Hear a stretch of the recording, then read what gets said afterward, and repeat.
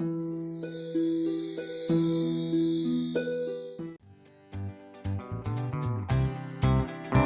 upon a time, in a peaceful village surrounded by green hills and winding dirt paths, there lived a scruffy brown dog named Bristle.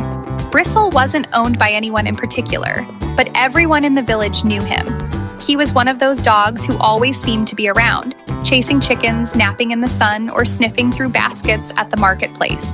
He had a reputation for being clever, maybe a little too clever for his own good.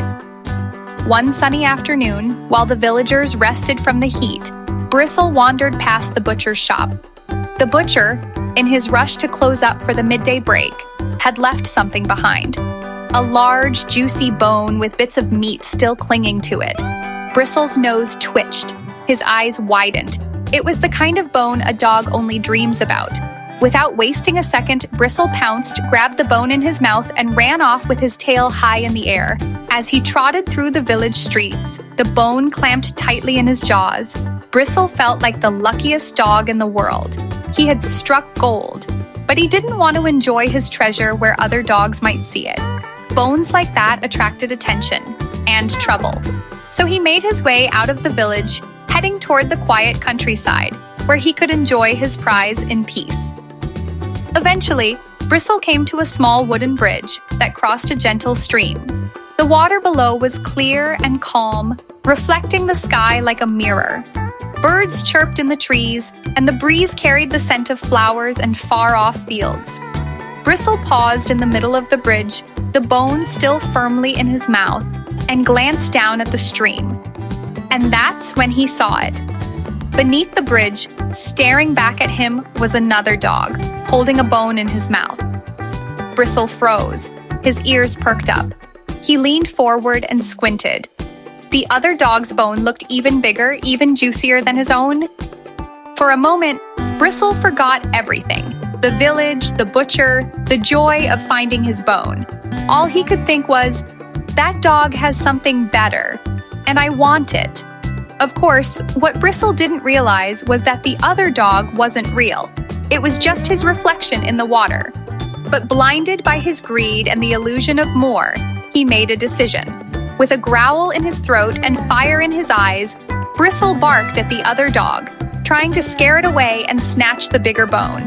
But the moment he opened his mouth to bark, splash! His own bone fell from his jaws and plummeted into the stream below. Down it went, breaking the surface of the water, sinking out of sight as the ripples spread wide across the stream. Bristle's eyes followed it, stunned. By the time he realized what had happened, it was too late. His bone was gone. The delicious prize he had carried so proudly had disappeared into the depths, all because he had wanted something more. Bristle stood there, stunned, staring into the water. There was no dog, no bigger bone, just the truth and the regret. He sat down in the middle of the bridge, letting out a soft whimper. The wind rustled the leaves around him, and somewhere in the distance, another dog barked.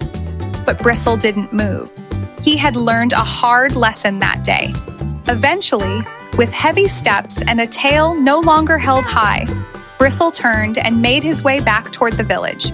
The streets hadn't changed, the sun still shone, but Bristle was different. He was quieter now, more thoughtful. He had paid a price for his greed, and he wouldn't forget it. From that day on, Bristle never chased after what others had. Whenever he found a bone or a scrap to eat, he would carry it to his favorite shady spot under the old oak tree and enjoy it without looking over his shoulder or down into the water. And though he still roamed the village and still sniffed around the butcher's shop, he never again made the mistake of throwing away what he had for an illusion of more. The moral of the story? Be content with what you have. When you let greed take over, you risk losing the very thing that made you happy in the first place.